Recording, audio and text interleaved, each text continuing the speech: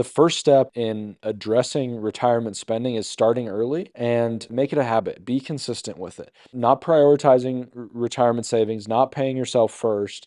This is one of the big regrets that people have. We have software that's super cool that you can adjust every bit of that, the dollar amount, the interest rate, your investment rate, tweak just a little bit and you see things change all over the place. And we do it on an ongoing basis because planning is not a one-time event, it's a process. Hey, today we're going to be talking about a number of different things that our most successful clients have done to create retirements that they truly love. There's a lot of fluff in that. We're going to talk about some real scenarios and some real challenges here.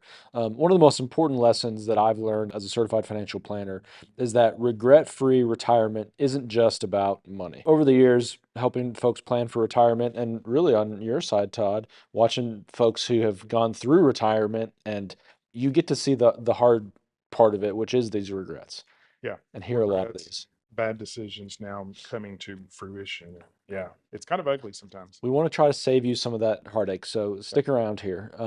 We've identified a couple of pretty clear patterns, Mhm. some big broad strokes of things that those who are getting ready to transition into retirement and work through retirement. If we can help you to make the right moves and avoid some of those mistakes and regrets, that's going to be massive. So that's exactly what we're going to talk about in this video today. We're going to show you a handful of different strategies. Our clients who report to us being the happiest in retirement, some of the things that they've done to quote get it right. Yeah. So we'll jump right in. Okay. I was talking with a client just yesterday. I've been working with them for just a few months now. When they came to us, they were really confused about how to spend money in retirement. Managing their own investments. They're diligent readers, very thorough. Read tons and tons of articles. They still do. At this point, they send them to me and they go, "Do I need to pay attention to this?" And I go, "Don't worry about it. It's kind of fun." Yeah. What they had said initially was that half the information they were seeing they should be spending one way, half the information was the other way, and Of you course. just get kind of caught in the middle on this stuff, especially with media and some cookie cutter things.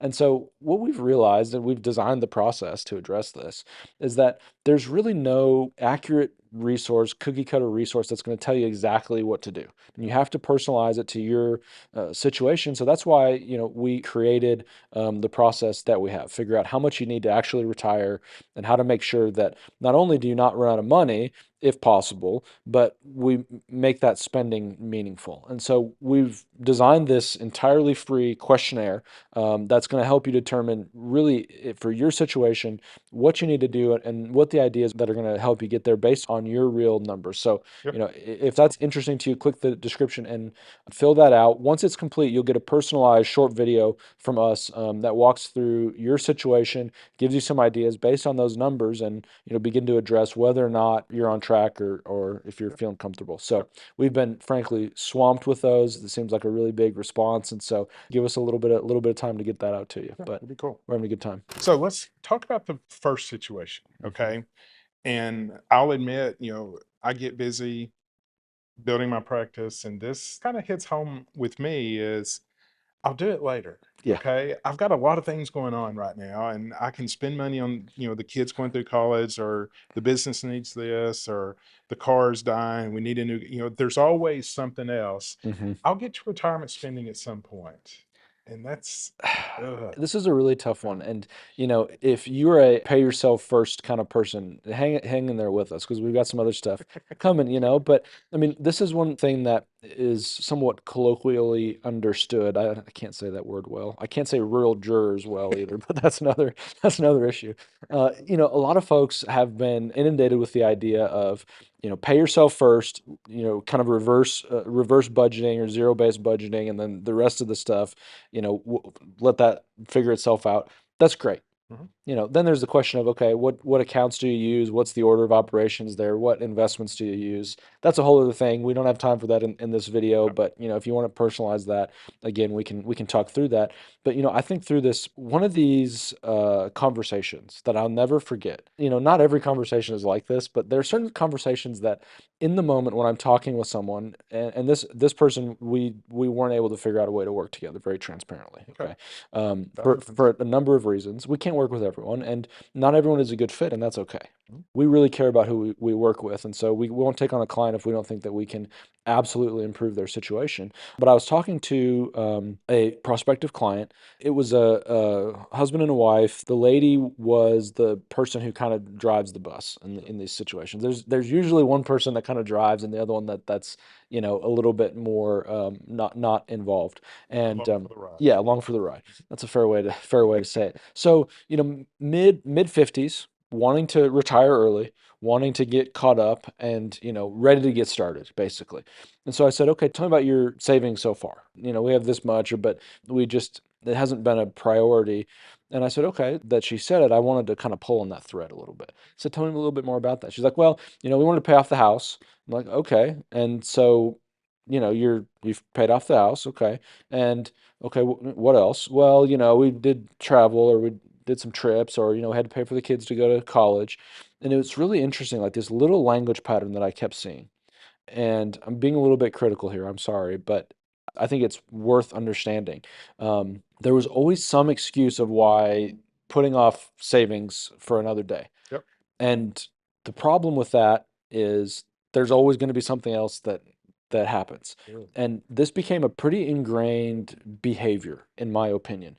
And it was interesting for me to watch through our conversation. She had a really hard time recognizing that a big part of it was her unwillingness to actually take action Sure. with it. And I said, okay, well, we can adjust some cash flow here a little bit. We can make sure that we're, maxing out the 401ks first. And every time I would pretty gently, recommend that we do that, she would kind of deflect and be like, oh, no, but we got to do this and we got to do that. And so pretty quickly into that, I realized that, someone should not pay me for my advice if they're not going to take my advice. And one of the parting comments that she made was about how the system is really unfair. And I've got to be transparent with you. When people say the The F F word, word. the F word is not allowed in my house. I'm really critical of my kids about this Sure. because nothing is fair in life ever. And I'm sorry, I can't make it fair. I can't fix all of it. But what I can teach, I don't make the rules. But what I can teach you is how the rules work and how to leverage the rules to solve your situation. Well, it's like going to the doctor. If you're 50 pounds overweight and you eat half a dozen donuts every morning, and the doctor's like, you probably shouldn't eat those donuts. Well, no, I've got to eat those donuts. No, I just, I got Okay. to. Well, It's like there are, there are inputs and outputs, and there are yeah, consequences yeah. for actions, and so I'm not trying to be aggressively critical here. And trust me, I understand life happens. I've Yeah. got a couple bills in the last couple days that are gonna have to get addressed before something else comes up. I And totally, I eat donuts. Okay. yeah, I don't eat half a dozen every day, but if you eat donuts, don't be offended. Sure. Eat a donut every yeah. now and then. Cures that. But You're a just Krispy Kreme guy, and I'm Krispy not a Kreme. Krispy Kreme guy, and so this is a debate that we have, right? So tell us in the comments if you like Krispy Kreme or not. But anyway, what I'm wanting to drive at here is the underlying belief that she had was that it was someone else's problem. Yeah. Someone else needed to fix it for her, Yeah. and just the hard truth is, if you're not willing to honestly look at your situation and go, what can I do to address it? If you're not on track to where you want to be, Yeah. what can I optimize? Now, we don't have to over optimize, but what can we do and be willing to take action? The you Got, can't expect miracles. yeah. You got to It's do just something. it's just realistic. And so, that's one of those situations where we really want folks to realize that the first step in addressing retirement spending is starting early and make it a habit. Be consistent with it. If you're a younger person watching this, it doesn't have to be, $30,000 a year that you're saving. If you can, great. But starting and building that habit and building that muscle, time is on your side. Mhm. And so, not prioritizing retirement savings, not paying yourself first. This is one of the big regrets that people have. And what does it really cause? Let's get to the bottom line here. What is the problem that it causes? The problem it causes is the risk of running out of money or not being able to do what you want to do in retirement. Yeah. And Your life so, will be very different mhm. once you run out of money. Yeah, and so, what are the things that we can do? Well, if you're still working, we can optimize your cash flow. We can optimize where you're saving and do that in the most, one, tax efficient, but two, most thoughtful way with your facts and circumstances to get you where you need to go. But what if you're already retired and we don't have time to save anymore? Okay, we might have to tighten the belts a little bit and figure out how we're going to pay for stuff or reallocate some things to get to where you need to go. And so depending on where you are, there's lots of options, but we got to be proactive. You got to do something. Can't put it All off right. anymore. We beat that horse. Let's go. Okay. Next. What's the next one? Okay. So we covered that one well. I think the other end of it is people may have saved well and they've Hmm. done well and they're making decent money and they're spending. You know, they are saving some, but they're spending some, and then they retire and their income decreases. If they keep spending, that could be a problem. Well, there's two sides to this coin too, which is really interesting. And we tend to see folks on the in the extremes in a lot of ways. A lot of our clients, they have been over savers. They've saved really well. They've been really, really diligent, and they've invested well. But now they don't spend money because of that. Mhm. There's two parts to this retirement spending thing. Let's talk first about the situation where, the income has decreased, but the lifestyle hasn't decreased. Right. Call this lifestyle drift a little bit. Oh, Um, it's okay if this is the case. When you're earlier in retirement, this is the time to spend money, sure. as long as you have a plan of how you're going to pay for those things. Just hoping for the best is not a strategy. Right. Hope is not a retirement strategy, Right. And so this is a situation where we talk about the first 5 years before and after retirement. This is the riskiest time because what we don't really have anymore is the ability to put more money into those accounts. And so if the portfolio is not matched or if you're overspending, then this can be a really, really tricky period of time. And so we're going to do a bonus regret on this one. Okay. Okay.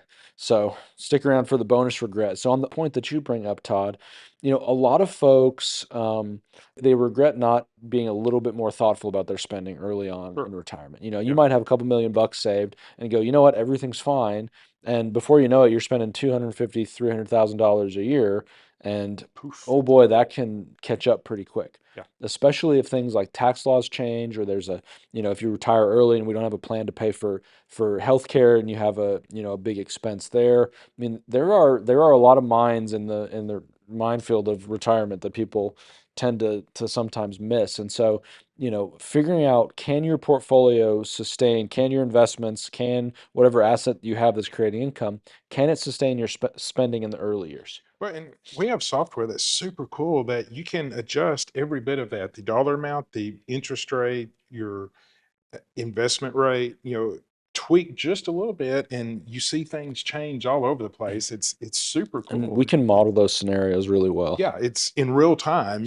You can sit there and just look at it and then finally figure out, okay, well, if with this assumption and this assumption, if we do this, that'll make it and Mhm. that's a 1 hour meeting and you can walk out of that meeting feeling very confident that okay, this will work. Yeah. You know that you can do that. So the other regret, and I see this a lot, Hmm. is working with older people doing Medicaid. Miss Jones sits down and says, we scrimped and saved our entire life. We were always saving for someday later, and now James is going into the nursing home. We have all this money, and I regret that we did not have fun with it. We didn't spend.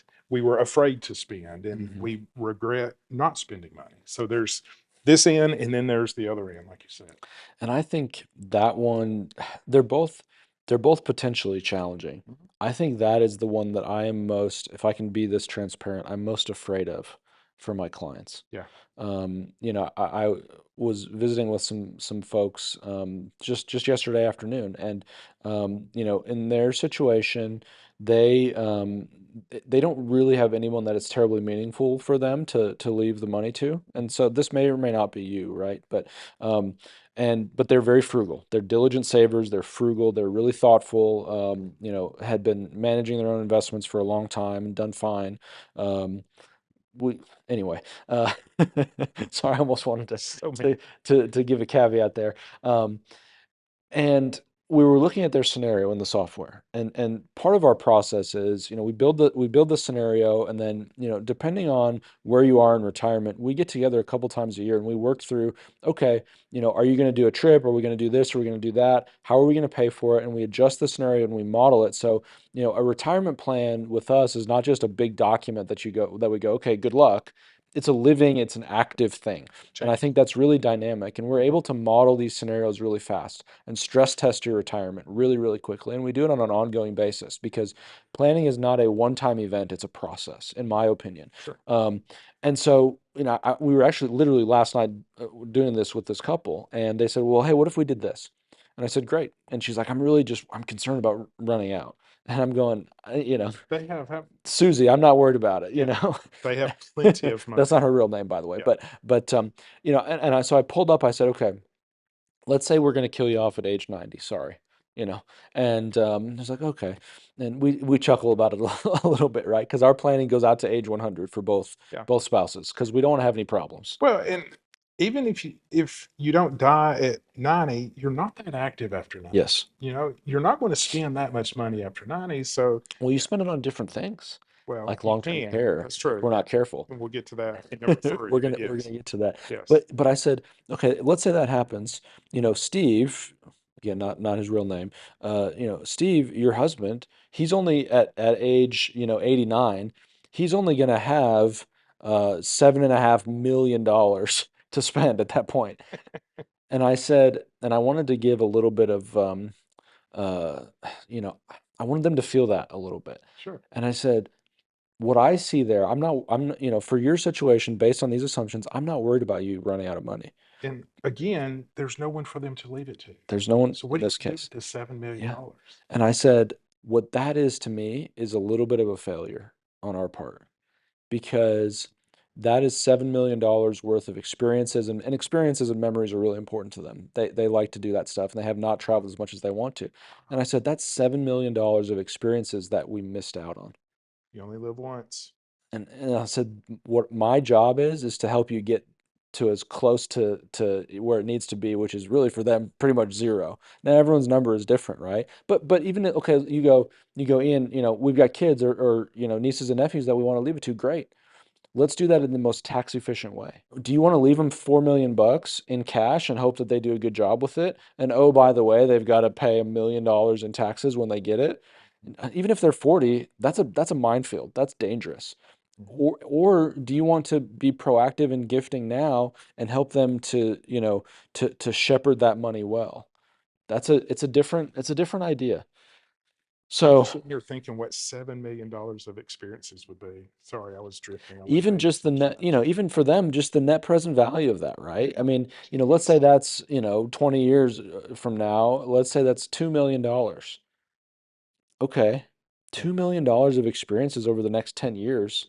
I mean, these are average normal folks like you and I, that's incredible amount of fun. They can see the world, they can do all the, I like wine, so we're talking about wine dinners and different things, and I'm like, I can get you guys in any big winery you want to go to for that, You guys Absolutely. love Italy. Okay, let's get there, Story for another time, but I mean, Yeah. these are the things that in my opinion, what a good financial planner should be able to help you do is to dream a little bit and figure out, okay, what are the things, if I wasn't worried about money, what are the things that I would do? How would I spend it? What would we do? And then we go, okay, great. How do we pay for that? And we build a plan to pay for. That's what financial planning really is. It's not all charts and stocks and bonds and blah blah blah and rates of return. Mhm. Anyway, that's another story for another day. So let's get to the last regret here. The other big main regret. This one is kind of tied. I mean, these are all tied together a little Mhm. bit, but this one is both a regret and a fear, I think. According to a lot of surveys, the number one concern that retirees have or fear that retirees have is running out of money. Yeah. The number two thing is how to pay for healthcare expenses, really long-term care in retirement. And of course those are very connected and one Mhm. tends to cause the other. So, oh boy. Yeah. This is me. I spend most of my time dealing with long-term care issues, and helping people get on Medicaid. And um, man, this hits people so, they know about it, but they don't want to think about it. Yeah. So many times people are like, "Oh, I'm never going to a nursing home." I'm like, "Well, nursing homes are full of people who said they would never go to the nursing Yeah. home." And you have to start thinking about this early, okay? And I can do some amazing things in a crisis. If you do zero planning and you need nursing home care, there's some things we can do. A good elder law attorney can help get you qualified. And if you're married, lose very little to zero. And if you're single, you're going to lose about half. Okay. Maybe 40%, 35 if you're lucky. But you're going to lose some things. And it's a very drastic process to get someone on Medicaid in a crisis. We can always do better if you plan ahead. And, Medicaid is there. I don't think it's going anywhere because it's, just long term care is so expensive that it's not going to go anywhere. But it's a drastic move. I mean, you have to be broke, and we can do some things to get you broke without losing it. But it's a major process. And I want folks to ask themselves as we're talking about this, does that sound optimal to Right. you? Does losing potentially half of what you've saved at the point that you don't want to go, of course you don't want to go into the nursing home. No, really, No one wants no to. one wants to. But we have to take a hard look in the mirror and go, if that were to happen, is that the way that I would want it to go?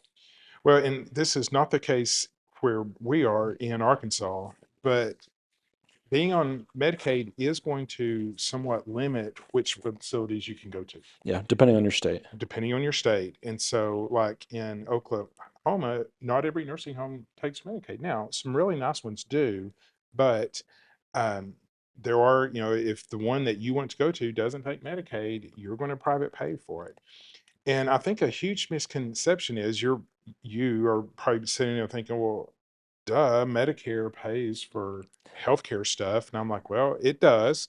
And it will pay for some nursing home care, but it's very limited. Hmm. What Medicare pays for is to get you better. It's medical treatment to get you better. And you can go to a nursing home and think that I'm in a nursing home. And you are technically in the building, but you're in a ward of the nursing home that is Medicare. There's nurses, there's physical therapists, occupational therapists, speech therapists. They are doing things to get you better with the hope of sending you back home. Hmm. If you don't get better and you can stay in the same building, but go to a different section, and then it's either private pay or Medicaid or But insurance. it's cheap, right? Oh, yeah, 10, 15, 10, 12, 15,000 bucks a month if you call that cheap. And so it's, Medicare does pay some, so don't get the misconception that, oh, Medicare is going to cover all of my healthcare expenses. It doesn't. And people are shocked when they get to this point to think, man, this is really expensive. Hmm. And it is. And so that's where we encourage people to set aside funds, do something. But the best thing you can do, and there's some really cool long-term care insurance policies out there now that are hybrid policies that, and I own the traditional long-term care policy. I may never get a dime out of it if I don't go to the nursing home. Hmm. And a lot of people did not like that. They're like, I don't I have some pay for challenges. something like I that. have some problems with these sometimes. Yeah, sure. And so now there are some hybrid policies that you or your heirs will get your money back one way or the other. Hmm. It's either a life insurance or annuity that will pay to your heirs if you don't need long-term care, but if you do need long-term care, it's there to pay for it. That is almost always the preferred method because you can pick and choose. You don't have to do massive things with your assets. And so we're huge fans of pre-planning to do something now, and the optimal time is in your 50s or 60s. That's the best time when probably your health is still good enough that you can get these plans at the best rate and know that that segment of your life is taken care of. And the thing that's important to talk about is, there's not a one size fits all. If No. there was, this would be really easy, frankly. But we need to evaluate all the options. Mhm. And, if we categorize the options as one of two things, you're going to self-insure or you're going to have other people pay for it or the state pay for it. That one of these may be more attractive depending on your situation, but within the category of self-insuring, this is sometimes these types of plans can be an example of that. Sure. And Yeah. you can actually use a little bit of leverage and somewhat use some other people's money as well. And so, what we find is if folks don't address this, they, you know, they live in fear of spending their money. They don't do the thing that we just talked about, which is, if they're like, oh boy, I just don't know what's going to happen. We can't spend, we can't spend, we can't spend. And then tragedy, irony, we can't get them on Medicaid because they have too much money, or, it wouldn't work with their state. And they end up spending that money on something they really don't want to spend it on. Yep. And to me, that is a heartbreaking example of not being proactive in planning. Sure. This is the wrong outcome. And so, if we create a plan to address it, hopefully we don't need to. If we create a plan to address it that leaves you in a better position if you do have to pay for it, leaves your beneficiaries in a better position if you don't have to pay for it, Mhm. do you think maybe you'll be able to spend money more confidently? Yep. I think in almost every situation that's yes. Yeah. And that confidence to spend money is so important. Can I offend somebody? Yeah, please. Some people? I'm gonna be honest. If your advisor has not brought up long-term care expenses, that's a huge issue. Huge issue. And I know I live there, and I so have to agree. it is all my mind, it is on my mind all the time. But if your financial advisor has not addressed this with you and you're s- 70 or less, 60 or less, for sure, I, you need to seek the advice of someone else, to be Competent honest. counsel. Yeah. Mhm. That's I don't, I'm not going to argue with you Okay. about that I actually. I know mean, that's offensive, but just this say is it. this is challenging. I mean, we really want to take a step back and go, what are we paying for here? A lot of folks, I'm going to really offend people here. A lot of folks have a really highly paid friend that's their advisor. Yeah. And this is something that we're a little critical of because I get to review their work and I wouldn't pay for it. And Yeah. so it hurts my feelings a little bit when I see people that are, we had someone we visited with just a couple weeks ago, big name bank in town, has worked with their advisor for 25 plus years. Mhm. Loves the guy. They're great friends, of course. Mhm. And look, I'm nice to my clients. My clients like me. Let's just be realistic about this, right? Um, but we were looking through the portfolio and we said, hey, what about this and this and this? Have they ever talked to you about this? Or what's the plan to pay for long-term care? And I said, do you know what the fees and expenses are in these particular types of variable annuities? This was, we could do a whole show on variable annuities, but Sure. and she was like, well, no, I'm not really sure. And I said, okay, well, I'll tell you what they are. I'm very familiar with these products. Conservative estimate. This really sweet, really kind lady was paying, super nice guy, upwards of $50,000 a year. We were approaching almost 4% in fees and expenses Yeah. across her assets, which, in my opinion, is criminal. She didn't realize it. Number one, that's another issue. But number two, we're in the tail end potentially of a pretty long bull run in large cap U.S. stocks. So she's like, "Oh no, I'm still making money, so everything's fine." And I'm going, "Hang on, what could we do with another $40,000 a year in your retirement? Like, how could you spend that better?" And no plan for long term care whatsoever. And I'm going, you know, it just it's one of these frustrating things that gives that our industry has earned the reputation that it has in many cases because yeah, they're super nice to you the one time they talk to you twice a year if you're lucky. Mhm. I love when we talk to people. When's the last time you talked to an advisor? Oh, a couple of years ago. Really great guy. But you're paying them 40, 50,000 bucks a year. Yeah. You're like going, what? So anyway, the rant, well, almost over. We'll Yeah. do that one another time. But if you don't have a clear sense of what the plan is to pay for long-term care, that's something we believe you really need to address and figure that out. Because whether, statistically between the three of us, you watching and the two of us are going to have a long-term care event. Yeah. And, you might get lucky. Luck's not a good So strategy.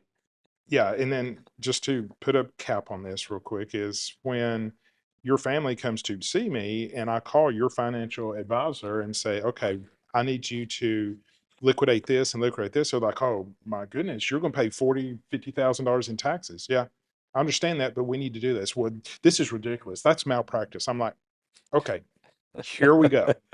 How long have you been advising this person? Well, 15, 20 years. What was your plan for long-term care? How are Mhm. you going to pay for this $10,000 a month nursing home bill? Yeah, we're going to pay $50,000 in taxes, but in 5 months, we're at break even and my plan's going to start making them money. What was your plan?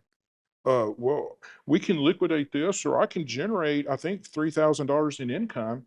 Okay, where's the other seven coming from? Yeah. They have no and It's true. they get irate at me, and my question is, well, what was your plan? You've been working with them for years. You saw this person getting older. They've had dementia for 5 years. What was your plan?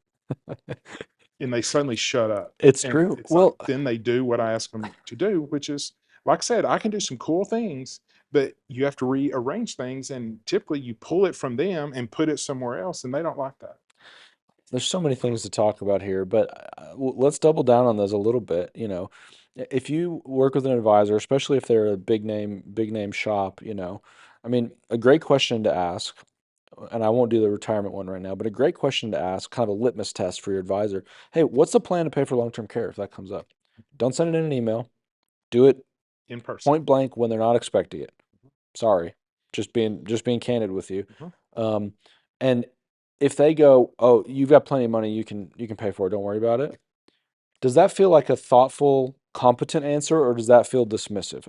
You got to ponder that in your own heart. I'm just going to be on it, really, And really candid with you. and $10,000 a month is a conservative number. Hmm. That's today. Yeah. So in 10 years, that might be 15, Yeah. $20,000. You can just pay for that. You're okay paying for that? We'll worry about it later. We'll worry about that when that comes up. I mean, that's what they're saying. Yeah. Does that feel like a great plan to you? Doesn't sound like a great plan to me. I just got to say, Yeah. Todd. You're right. And so it's the same thing with taxes. When you ask your advisor, "Hey, what's the plan to deal with taxes in retirement?" "Oh, you've got plenty of money. Don't worry about it." I hear this from folks all the time. I'm like, you've worked with your, XYZ brokerage guy. I'm not going to say the one that it almost always is. Yeah. They have lots of shops right around the corner. They're your neighborhood advisor. Uh, sorry, I'm going to get in trouble for this. But I go, okay, so when you asked them what the plan was to pay for, what's the tax plan in retirement? Yeah. And they're like, "Oh, you got plenty of money. Don't worry about it." I'm going, what?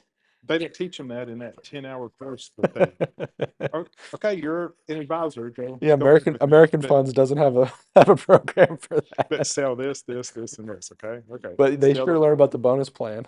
If they sell enough funds, they get a nice bonus. Oh, I don't know. We might get in trouble for this. We might not. I don't know. That's okay. comments we can Um, handle. Sure. that's fine. But we have to joke about this a little bit because it's so frustrating. And the person that it really hurts is the person on the other side of this camera.